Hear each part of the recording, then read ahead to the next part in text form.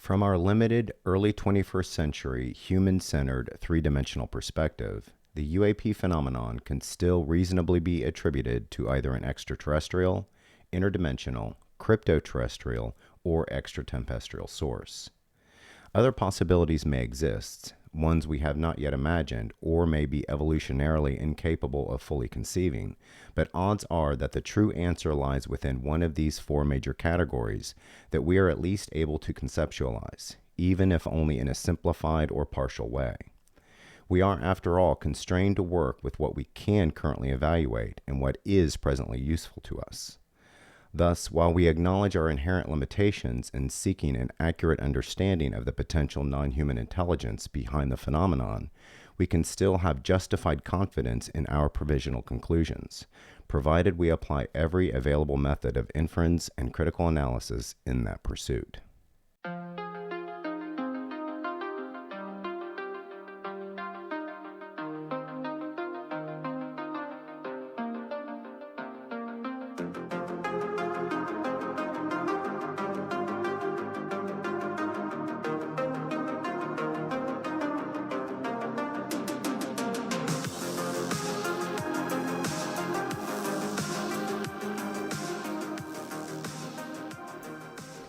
Hello everyone, and welcome to UAP as NHI. In this fifth and final installment of the NHI Origins mini-series, I introduce the NHI Origin Likelihood Chart, a tool designed to identify the most plausible point of origin for potential non-human intelligences based on the strongest evidence drawn from the UAP phenomenon throughout history. Using a combination of logical reasoning, process of elimination, and logical deduction, I assigned 1, 2, 3, or 4 points to each of the four origin hypotheses according to how well they align with each evidentiary factor, and then tallied the totals. A detailed breakdown of the reasoning behind each of the 65 evidentiary points can be found on my website, uapasnhi.com, under the Probability tab. The chart is by no means a definitive method or the final word on this assessment. There are certainly additional points of evidence that could be incorporated and many alternative ways to formulate and evaluate the arguments. Its purpose is simply to serve as a helpful tool, one that can be revised, improved, or integrated with other forms of philosophical and analytical reasoning. It offers a straightforward way to approach the question of where the NHI associated with UAP may ultimately originate. At the very least, it provides a structured and informed starting point for that exploration. Ultimately, we do not need hard physical evidence to reach a reasonable provisional conclusion about the potential origin of the intelligence behind the phenomenon. The conclusion does not have to be final. It only needs to represent the most likely explanation based on the evidence currently available.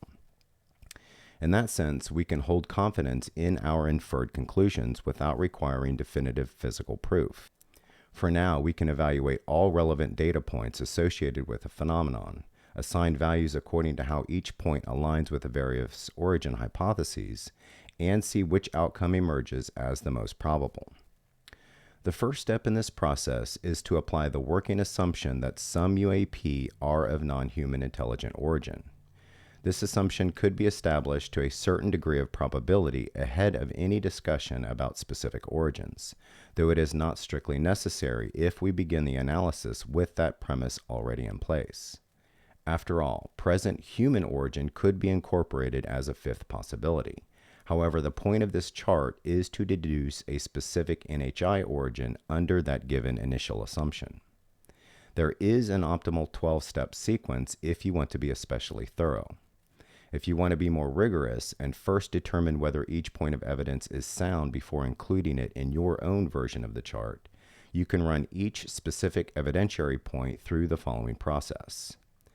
Precisely define the question. Classify and weigh the available evidence. Establish base rates or priors. Generate all plausible hypotheses. Apply abductive reasoning. Eliminate contradictions and weak hypotheses. Apply deductive reasoning. Apply inductive reasoning. Use Bayesian probability models.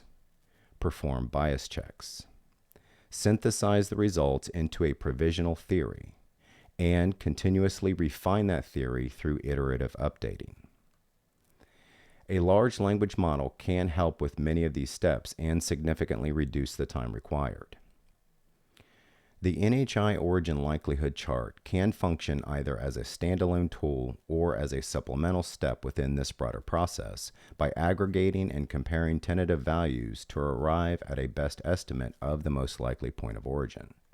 At minimum, it can help override beliefs or opinions that become entrenched in individuals, especially when those beliefs are rooted in strong emotions or interpreted personal experiences. While the chart does not offer definitive answers, it can provide provisional ones that rise above a simple educated guess. This makes it useful for members of the UFO community who are trying to formulate rational, communicable conclusions for the general public. It is also intentionally simplified so that anyone can use it. With logical refinement of the method and the addition of further evidentiary points, it can serve as an accessible tool for a wide range of users. That said, any point of evidence that appears to strongly favor one origin hypothesis while weakening another does not necessarily reflect the actual truth. After all, NHI from multiple origin sources could be responsible for UAP. For example, the idea of potential underground bases seems to point directly toward a crypto-terrestrial civilization. On the surface, that interpretation fits most naturally with the anecdotal evidence. However, even if such underground installations exist, they could still belong to extraterrestrial visitors or to future humans. Any non-human intelligence could plausibly use subterranean environments as concealed locations from which to observe the planet and its life. In other words, underground bases are not exclusive to a crypto-terrestrial explanation. Nonetheless, they remain the most intuitively consistent conclusion in this specific context, simply because an underground environment is where a crypto-terrestrial civilization would most naturally originate and thus reside. Since this interpretation requires the fewest additional assumptions, this particular point of evidence warrants assigning 4 points to the crypto-terrestrial hypothesis. Just before I began this podcast, and while I was outlining my unfinished book on the topic, I found myself burdened by the same initial assumptions about UAP origins that most people naturally fall into.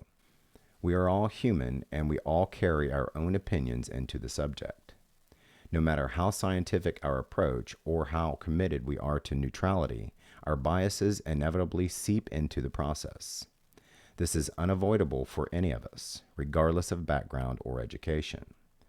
What matters, however, is that we make every effort to remain neutral and apply every method available to counteract those biases. When I first started working on the Origin series, I was fairly confident that the evidence would ultimately support an extraterrestrial origin for the phenomenon. Even though I intended to approach the process methodically, a part of me expected the results to validate the ETH. Yet the more I examined the various points of evidence and applied genuinely neutral reasoning, the less certain I became.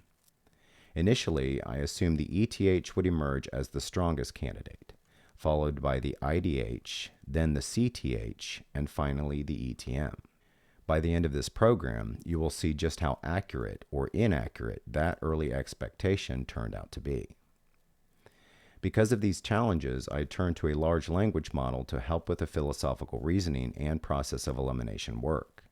Knowing that such models often mirror the user's assumptions or produce answers they believe the user wants, I intentionally pushed back against its initial arguments, sometimes offering counter-arguments and even counter-arguments to force a more balanced perspective. In effect, I had to train it to consider all possible approaches and, when relevant, to factor in potential motives of the intelligence in question. It was a demanding but necessary process. Today, I'll be reviewing the results of the chart and illustrating how the arguments were structured for select points of evidence. I will walk through 1 or 2 examples from each category, as there are far too many to cover comprehensively in a single episode. All 65 arguments generated by the LLM are available on my website, again, uapasnhi.com, under the Probability tab, where you can see precisely how the values were assigned for each evidentiary point. You'll also find the completed origin likelihood chart, along with a downloadable and printable blank version that you can use as a worksheet to refine or revise according to your own reasoning.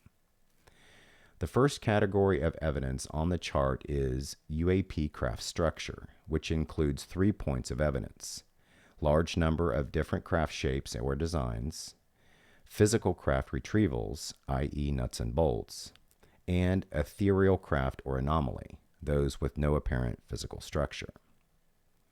The first evidence point reviewed here is large number of different craft shapes or designs. The IDH receives 4 points because a multidimensional framework would plausibly allow for a virtually limitless diversity of intelligences and their manifestations, each with its own technology and craft design. The ETH gets 3 points since the sheer scale of the galaxy makes it plausible that multiple extraterrestrial civilizations with unique craft could be visiting. The CTH gets 2 points as the number of independently evolved terrestrial intelligences over deep time would be more limited than the other 2, but still allow for variation. Finally, the ETM gets 1 point because if the phenomenon involves future humans, their craft would likely reflect evolutionary or technological continuity rather than infinite diversity. Before moving on to additional examples, I want to explain the reasoning behind this particular point of evidence. Unlike many other items on the list, this one offers very little flexibility in how points can be assigned. When considered strictly within its own parameters, the distribution is fairly straightforward. For the interdimensional hypothesis, the logic is that a higher dimensional or non-physical realm would contain a near infinite number of possible intelligences, each capable of producing a near infinite range of craft designs. Because the potential scale of such a realm would likely be vastly larger than anything in our three-dimensional universe, it necessarily earns the highest point value. Whether or not we can prove such a realm exists is a separate issue. The process begins with the assumption that all 4 origin hypotheses are equally valid starting points. While some might argue that perhaps only a single intelligence could emerge in an interdimensional environment, the sheer number of possible beings that could arise under near infinite conditions makes it reasonable to treat this category as exceeding all the others.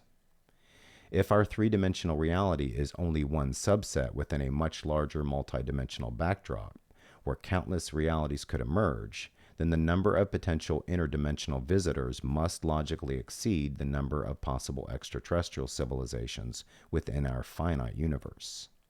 For the extraterrestrial hypothesis, the argument follows similar reasoning against the remaining possibilities, but on a smaller scale.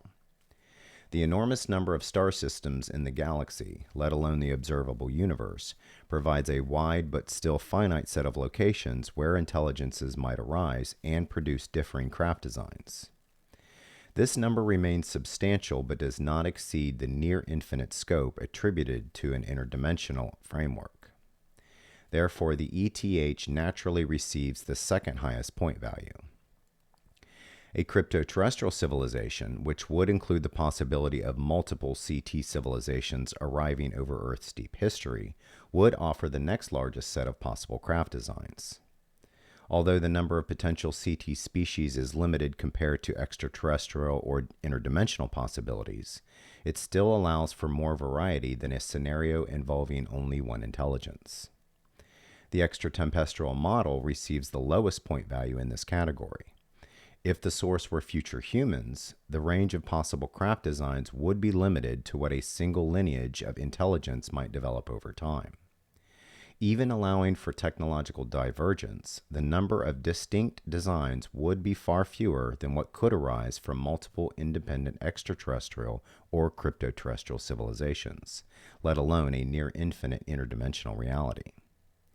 In this case, the logic behind the point distribution is relatively solid and leaves little room for alternative interpretations.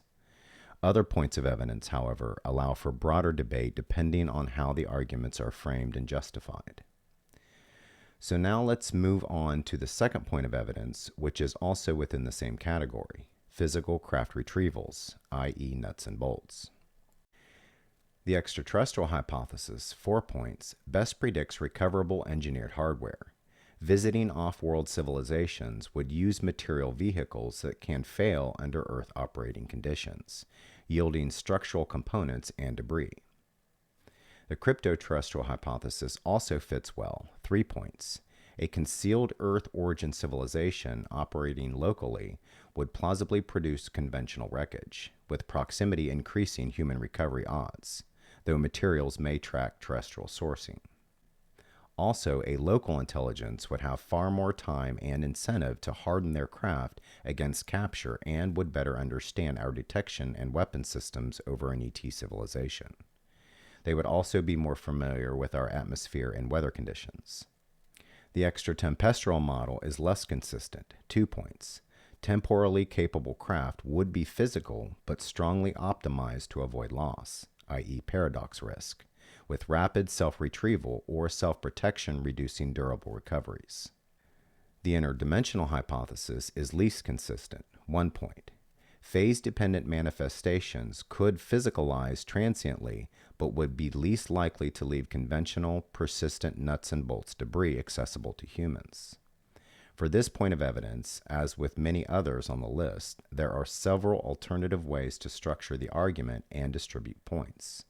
For instance, the frequency of UAP crashes may have nothing to do with an intelligence's familiarity with Earth's operating conditions. An extraterrestrial civilization capable of crossing vast interstellar distances may be fully capable of designing craft that function reliably in a wide range of environments.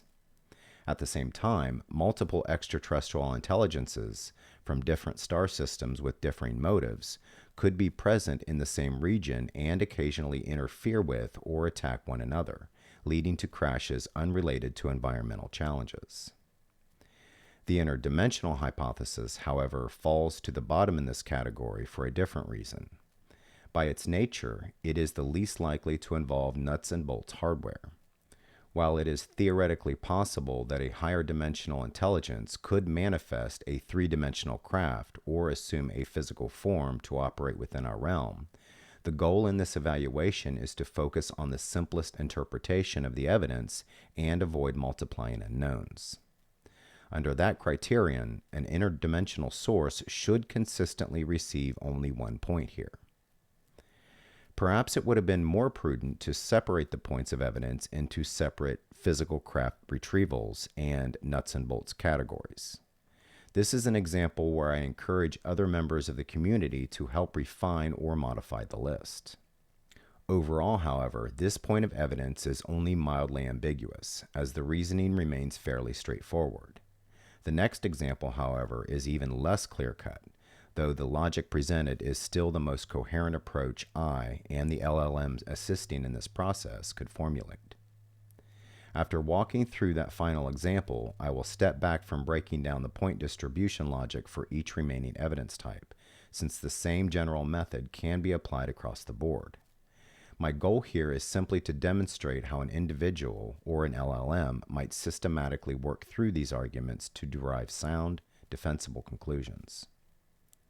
The subtotal results for the 3 points of evidence in the first category are as follows: 6 points for CTH, 9 for ETH, 6 for ETM, and 9 for IDH. The second category on the chart is UAP craft behavior, which includes the following 6 points of evidence: sharp turns and erratic maneuvers, suddenly appears or disappears, supersonic velocities and sudden acceleration and deceleration, shape-shifting or morphing appearance, camouflage and visual elusiveness, i.e. cloaking and invisibility, and transmedium travel. Let's look at sharp turns and erratic maneuvers. The CTH gets the highest score, 4 points, because a local hidden intelligence would have the strongest incentive to develop rapid, evasive capabilities that exceed human expectations, allowing them to avoid detection, interception, or tracking over long periods. Side note, A cryptoterrestrial or extraterrestrial civilization will likely be more familiar with our environment, hence conceivably better equipped to perform sudden and supersonic maneuvers over the latter. The ETM receives 3 points, since time-traveling humans would also have a powerful motive to avoid interference or timeline contamination, and could use advanced inertial dampening or perception manipulation to execute extreme maneuvers undetected. The IDH earns 2 points, as interdimensional manifestations might naturally exhibit movement unconstrained by our physics, but their erratic behavior could be less a deliberate evasive tactic and more an artifact of phasing in and out of our reality. The ETH gets the lowest score, 1 point, because while visiting species could have technology for sharp turns and sudden maneuvers, their need to stay hidden or evade might be less acute compared to a civilization that's here permanently or tied to our timeline. As with many other points of evidence, the arguments here rely more on potential motives than on technological capability, since the latter is far more difficult to assess. We simply have no reliable way to determine how technologically advanced one type of NHI might be compared to another, hence which ones would or wouldn't be capable of performing such impossible maneuvers. A future human civilization visiting its own past could be more advanced than any extraterrestrial species currently capable of reaching Earth, and an interdimensional intelligence might operate using principles of physics that fall entirely outside our understanding of space and time. With so many unknowns, evaluating technological capability becomes nearly impossible, making motive for needing to make such maneuvers the more accessible angle for analysis. This is one of several examples where the evidence yields highly ambiguous arguments that could be framed in multiple legitimate ways. Going forward, I will no longer break down the reasoning behind each argument in detail. Most listeners will be able to identify the underlying logic themselves and make any adjustments they feel are appropriate when creating or refining their own version of the chart. The subtotal results for these 6 categories of evidence include 20 points for CTH, 7 for ETH, 19 for ETM, and 14 for IDH. Next category is NHI species type, which includes large number of different NHI species, general humanoid depiction, reports of beings with 3 or 4 digits, large black eyes, the Greys, reptilians, insectoids, and Nordics or tall whites. Let's first list the argument for large number of different NHI species. The IDH gets the highest score, 4 points, because a multidimensional framework would plausibly allow for an effectively unlimited variety of entities emerging from countless realms, each with distinct physiologies, appearances, and behaviors, which aligns most directly with the diversity of beings reported.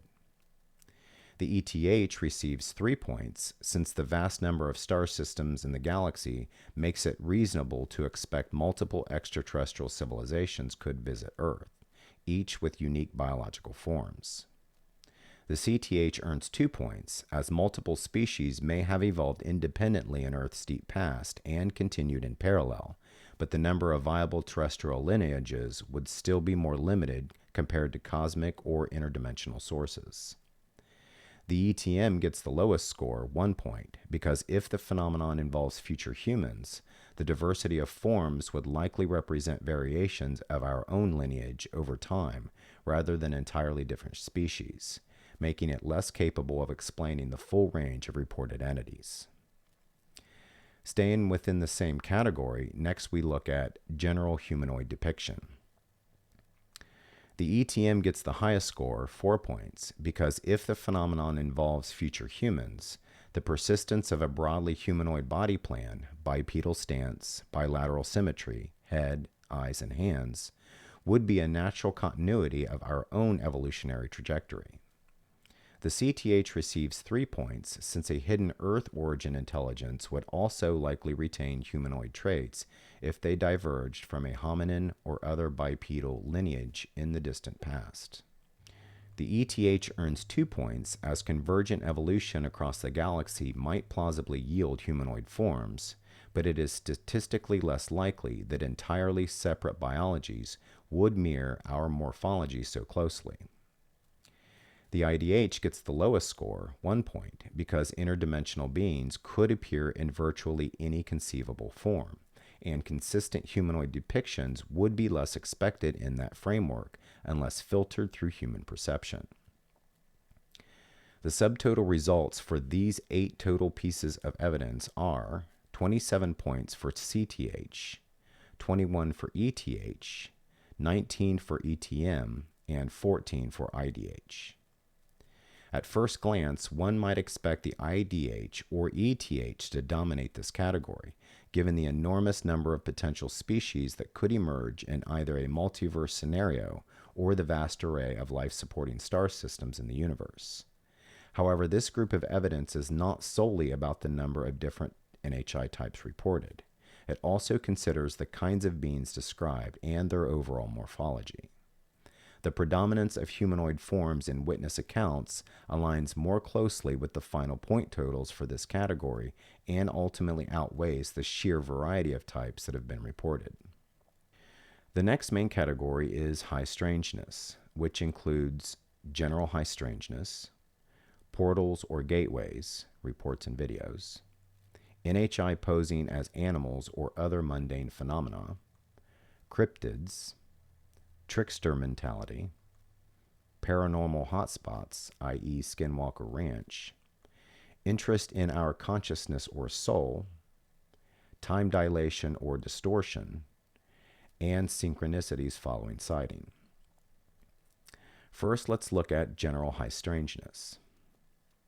The IDH gets the highest score, 4 points, because interdimensional manifestations would most naturally account for the surreal, dreamlike, and often paradoxical qualities described in many encounters, where the experiences seem to defy coherent physical laws. The ETM receives 3 points, since time-traveling humans could also generate effects perceived as highly strange, with temporal distortions, paradox avoidance strategies, or neuroperceptual manipulation producing disorienting experiences for witnesses. The ETH earns 2 points, as off-world civilizations might use advanced technologies that appear strange to us, but these would still be grounded in physical engineering and thus less likely to account for the extreme absurdity often reported. The CTH gets the lowest score, 1 point, because while a hidden terrestrial intelligence could employ sophisticated technology, their craft and behaviors would likely appear more functional and less consistently surreal compared to interdimensional or temporal origins. Now let's review cryptids. The CTH gets the highest score, 4 points, because many cryptid encounters, Bigfoot, Mothman, Chupacabra, could plausibly represent sightings of a hidden Earth origin intelligence or experimental offshoots that occasionally surface, aligning with the idea of a parallel terrestrial species remaining concealed in remote environments. The IDH receives 3 points, since interdimensional manifestations could also account for cryptids, especially given their sudden appearances, disappearances, and associations with liminal zones that resemble dimensional bleed-throughs. The ETH earns 2 points, as off-world civilizations might use biological probes or engineered beings that are mistaken for cryptids, though this would be less consistent with the regional and folkloric nature of most cryptid reports. The ETM gets the lowest score, 1 point, because future humans are unlikely to evolve into or deploy forms resembling terrestrial monsters, making this explanation least consistent with cryptid sightings. The subtotal results for these 9 categories of evidence include 19 points for CTH, 12 for ETH, 25 for ETM, and 34 for IDH. The next category group is abductions, which includes missing time, biological experiments, interest in human DNA, hybrids, implants, and beings passing through solid objects. The first point of evidence to review is missing time. The ETH gets the highest score, 4 points, because time-traveling humans would most naturally produce temporal anomalies, blank periods, altered duration, or perceived loss of time, as an inherent byproduct of moving between points in space-time or shielding witnesses from paradoxes. The IDH receives 3 points since interdimensional encounters could also generate missing time as a side effect of crossing into or interacting with another realm, though such experiences might be more subjective or perceptual than truly temporal. The CTH earns 2 points as a hidden terrestrial intelligence could induce amnesia or memory suppression through drugs, neurotechnology, or psychological manipulation, but genuine time displacement would be far less likely. The ETH gets the lowest score because while off-world visitors might abduct and return individuals, actual temporal displacement or memory gaps on a mass scale would be less expected from a straightforward extraterrestrial framework compared to temporal or interdimensional origins. Let's also review biological experiments. The CTH gets the highest score because a hidden terrestrial intelligence would have the strongest motive to study, sample, and manipulate human biology, either to monitor a surface species, manage hybridization, or adapt themselves to changing environmental conditions, while having ready access to our biosphere over deep time. The ETM receives 3 points since future humans might conduct biological experiments to understand their own evolutionary past, gather genetic material, or correct ancestral health issues, making such activities plausible within a temporal framework. The ETH earns 2 points as alien civilizations could certainly perform biological sampling for research or hybridization, but their transient visits would make long-term, large-scale experimentation less logically consistent than for a native or temporal presence. The IDH gets the lowest score because while interdimensional entities could in principle interact biologically, the notion of sustained physical experiments and genetic manipulation is less expected from beings whose primary origin is non-physical or extra-dimensional. The subtotal results for the 6 groups of evidence under abductions include 17 points for CTH, 11 for ETH, 21 for ETM, and 11 for IDH.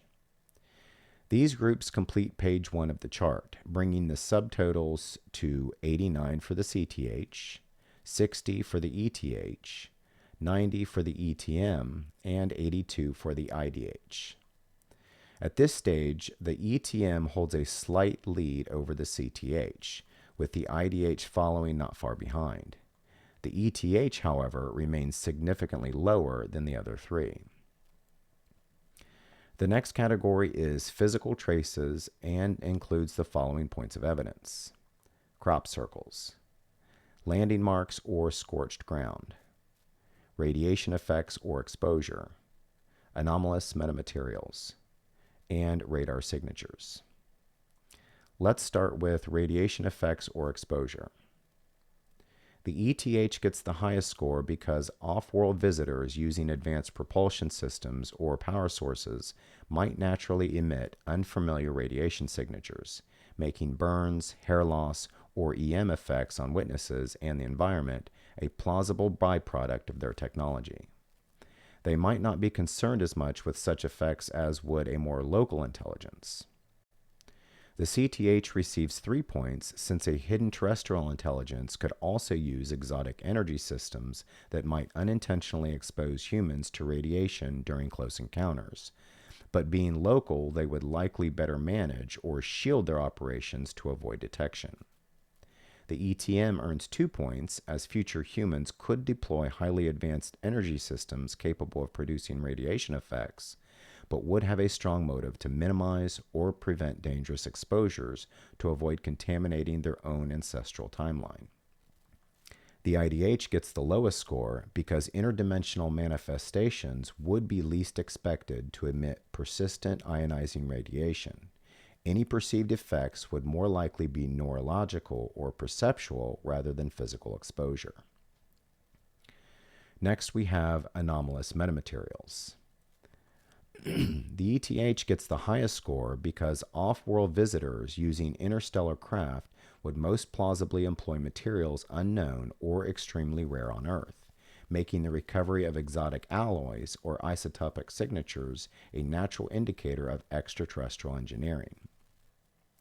The CTH receives 3 points since a hidden terrestrial intelligence might also develop advanced or unusual materials, but these would still largely originate from Earth's elemental resources and thus be more recognizable or reproducible to human science. The ETM earns 2 points as future humans could use highly advanced materials, but their strong motive to avoid timeline contamination would make leaving such artifacts rare and tightly controlled. The IDH gets the lowest score because interdimensional manifestations would be least expected to leave durable, analyzable materials at all. If they did, such artifacts might not conform to stable matter as we know it. The subtotal results for these 5 categories of evidence include 18 points for CTH, 16 for ETH, 11 for ETM, and 5 for IDH. NHI communication is the next category, which includes telepathic or nonverbal, warnings of self-destruction and unchecked technology, specifies point of origin as interstellar, i.e. Dogon Tribe or Betty and Bonnie Hill, downloaded messages or sudden insights following encounter, remote viewing of beings on the moon or underground, and threats from men in black. The first group includes telepathic or nonverbal communication. The IDH gets the highest score because interdimensional entities are most naturally associated with consciousness-based interaction, direct thought transfer, nonverbal impressions, or shared mental imagery, suggesting communication methods not bound by physical sound waves or conventional language. The ETM receives 3 points since future humans might also employ advanced neuroperceptual technology or evolved cognitive abilities to communicate telepathically with their ancestors, minimizing misunderstanding and preserving secrecy. The CTH earns 2 points as a hidden terrestrial intelligence could conceivably develop nonverbal interfaces or even limited telepathic-like technologies, but this would be less intrinsic and more engineered than for interdimensional or temporal origins.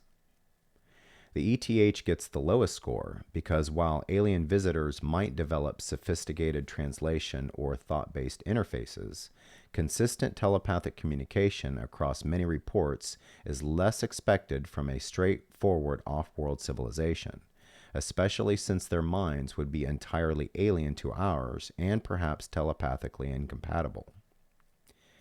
Within the same group, we also have warnings of self-destruction and unchecked technology. The ETM gets the highest score because future humans would have the clearest motive to caution their ancestors, hoping to avert catastrophic paths that jeopardize their own existence. The CTH receives 3 points since a hidden terrestrial intelligence would also be directly and physically impacted by humanity's out-of-control technology, nuclear testing, environmental degradation, or detection advances, and thus have a strong motive to warn us. The IDH earns 2 points because interdimensional entities could issue warnings but would be less physically threatened by our technological excesses, making their motives more symbolic or observational. The ETH gets the lowest score because while alien visitors might care about our trajectory, consistent warnings about self-destruction would be less expected unless it directly interfered with their interests. The subtotal results for these 6 categories of evidence include 19 points for CTH, 8 for ETH, 19 for ETM, and 14 for IDH.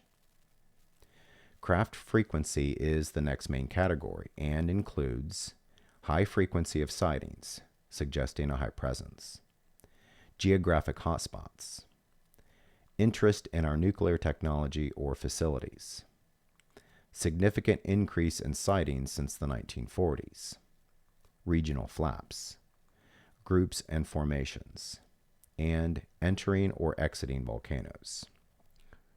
Here, let's start with high frequency of sightings, suggesting a high presence.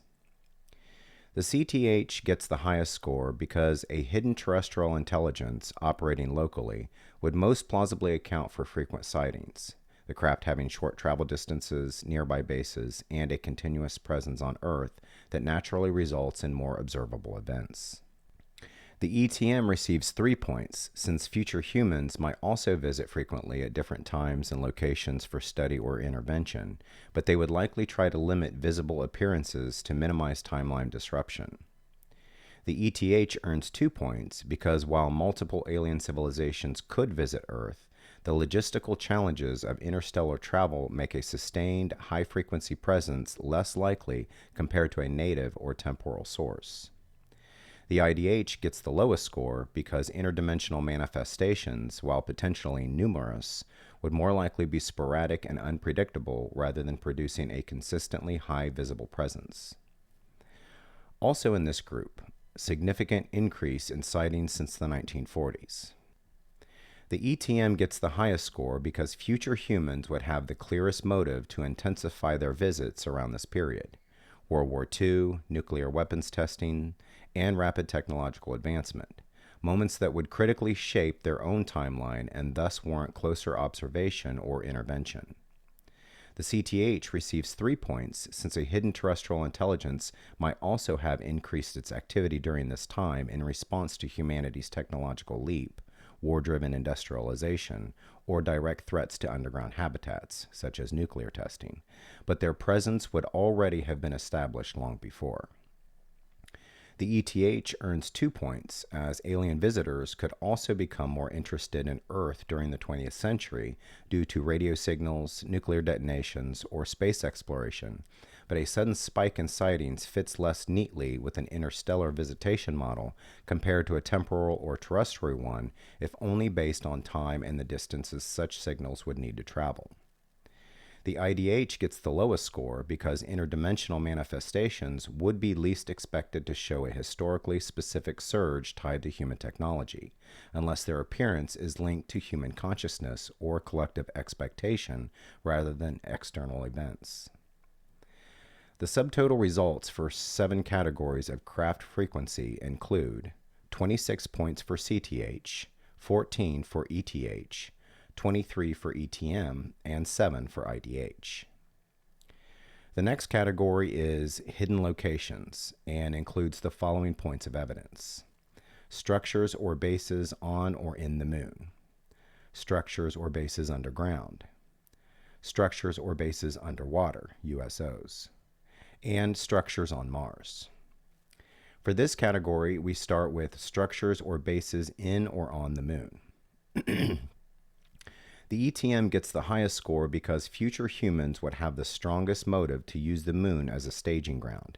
Its proximity to Earth provides an ideal vantage point for monitoring their ancestors, and its permanence in the timeline would make it a consistent, strategic base of operations. The CTH receives 3 points since a hidden terrestrial intelligence could also have expanded beyond Earth into the moon's lava tubes or surface structures, but this would represent a significant leap beyond their primary subterranean presence. The ETH earns 2 points, as extraterrestrial visitors could also use the moon as a convenient outpost or observation station, but they would be less likely to invest in permanent bases so close to Earth unless they were heavily involved in long-term operations here. The IDH gets the lowest score because interdimensional beings would be least expected to require physical infrastructure on the moon. Their manifestations are less dependent on physical bases than on energetic or dimensional conditions. Another would be structures or bases underground. The CTH gets the highest score because a hidden terrestrial intelligence would most directly rely on subterranean environments for concealment, protection, and long-term survival, making underground bases the most natural expectation for their presence. The ETM receives 3 points since future humans might also establish underground installations as secure observation posts or temporal staging areas, but their motive would be tied more to short-term monitoring than permanent habitation.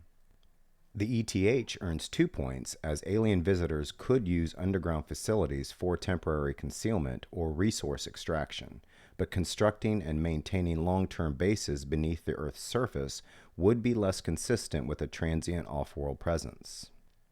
The IDH gets the lowest score because interdimensional entities would be least expected to require physical infrastructure underground, their appearances being less about physical concealment and more about phase or dimensional access. The subtotal results for these 4 subcategories of evidence include 15 points for CTH, 8 for ETH, 13 for ETM, and 4 for IDH.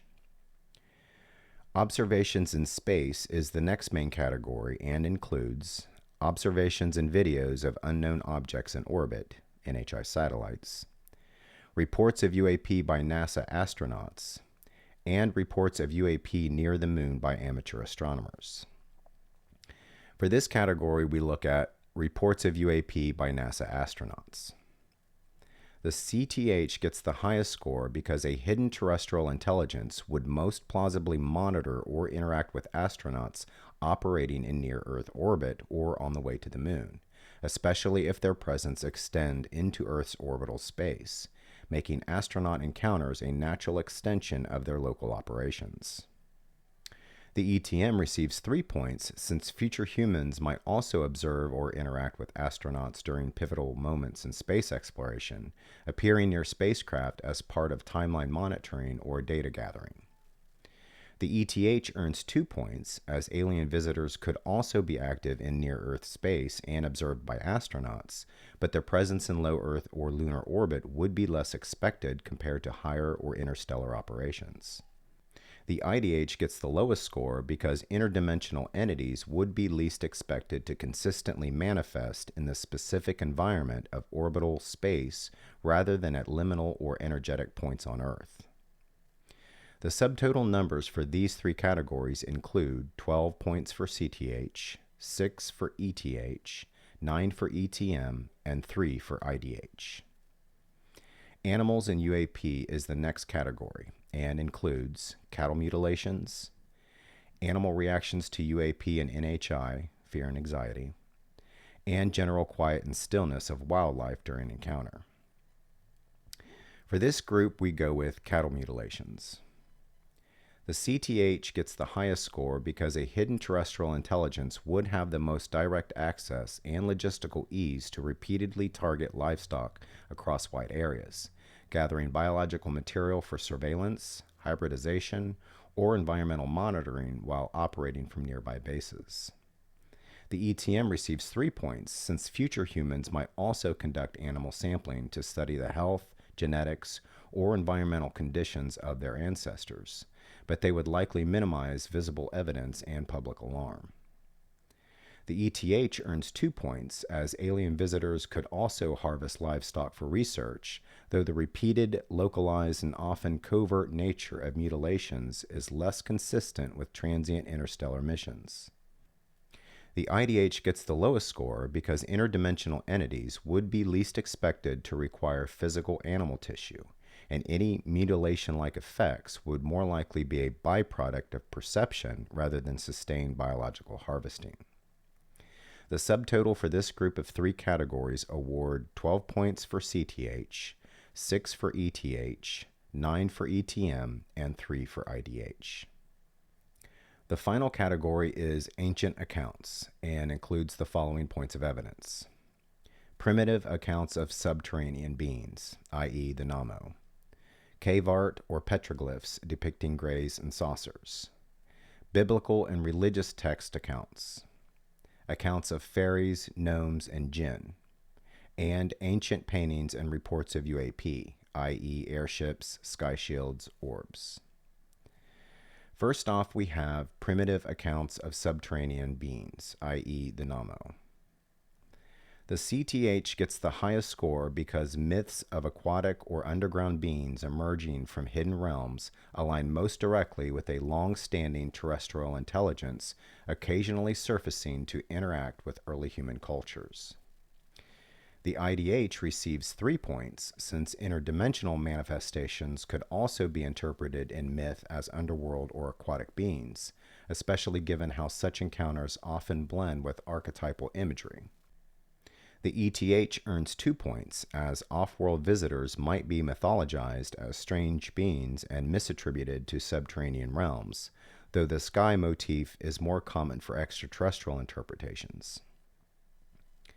The ETM gets the lowest score because future humans appearing in the ancient past would be unlikely to be described as aquatic or subterranean entities like the Namo, making this interpretation the least consistent. Lastly, we have accounts of fairies, gnomes, jinn. The IDH gets the highest score because interdimensional manifestations most naturally explain folkloric beings that appear and vanish unpredictably, display magical or reality-bending abilities, and exist in liminal spaces, traits aligning closely with high strangeness and archetypal otherworld encounters. The CTH receives 3 points, since a hidden terrestrial intelligence might also have inspired these legends by occasionally surfacing from subterranean or remote locations and being mythologized as fairies, gnomes, or jinn by pre-scientific cultures. The ETH earns 2 points, as alien visitors could also be interpreted through a cultural lens as supernatural beings, though repeated localized appearances over centuries would be less consistent with a transient interstellar presence. The ETM gets the lowest score because future humans would be least likely to manifest as archetypal fairies or jinn. Such beings do not align with the temporal continuity scenario and would be harder to reconcile with timeline protection motives. The subtotal results for that group of 5 categories under ancient accounts include 21 points for CTH, 10 for ETH, 5 for ETM, and 17 for IDH. That brings our subtotals for the second and final page to 123 points for the CTH, 68 for the ETH, 89 for the ETM, and 53 for the IDH. Final results. After adding these subtotals to those from page 1, the final totals come to 212 for the CTH, 128 for the ETH, 179 for the ETM, and 135 for the IDH. In essence, when each point of evidence is evaluated against each origin hypothesis, the resulting calculation indicates that the CTH emerges as the most likely source of the UAP phenomenon, followed by the ETM, then the IDH, and finally, contrary to popular expectation, the ETH. This means that, according to the method used to construct this chart, the ETH appears to be the least likely origin. As noted earlier, the full breakdown and completed chart are available on my website. It's clear my initial prediction was significantly off. What I expected to rank highest ultimately ranked lowest. I also did not anticipate the ETM scoring as strongly as it did or the IDH falling so far behind. Yet the numbers speak for themselves. In the end, the search for truth behind the UAP phenomenon is a personal journey, one that no one has the right to dismiss or push out of the discussion. The tools I presented in Season 1 are simply meant to assist anyone who finds them useful along the way. None of these methods are perfect, nor could any approach be devised that everyone would unanimously accept. My hope is that something here sparks an idea for you, an analytic approach to the topic that is both rational and uniquely your own. Your feedback and criticisms are always welcome. I am only one person and make no claim to have all the answers. My aim is simply to offer tools that might support you on your own quest. The NHI origin likelihood chart is just one such tool. It does not provide definitive scientific answers or absolute truths, but it does offer a logical, common sense way to cut through the noise and overly rigid attitudes that sometimes dominate the conversation. At this point, many of us recognize that the phenomenon reflects something either otherworldly or, at the very least, something that violates our current understanding of physics. What that something is remains open to interpretation, and we should allow ourselves to stay open to every possibility, however disruptive to our assumptions, until more pieces of the puzzle fall into place. I plan to begin promoting the channel once Season 1 is complete toward the end of the year. Season 2 will start sometime in January and will open with the episode, The 10 Degrees of Disclosure and Contact. I wanted to build a solid foundation for the show before promoting it or reaching out to other podcasters for collaboration or mentions. As always, I'll continue to avoid asking for likes, notification bells, or subscriptions. I've never cared for that approach. People will choose to support the channel if they want to. I already have a full-time job and treat this project more as a passion than anything else, so I have no need to incorporate ads or generate revenue. My goal is simply to share my perspective with the community and contribute something meaningful. If I'm offering something genuinely unique, the rest will take care of itself. Thank you to everyone who has taken the time to watch or listen to the program. I hope you all have a wonderful holiday season and an incredible new year. Take care, and I'll see you again in 2026.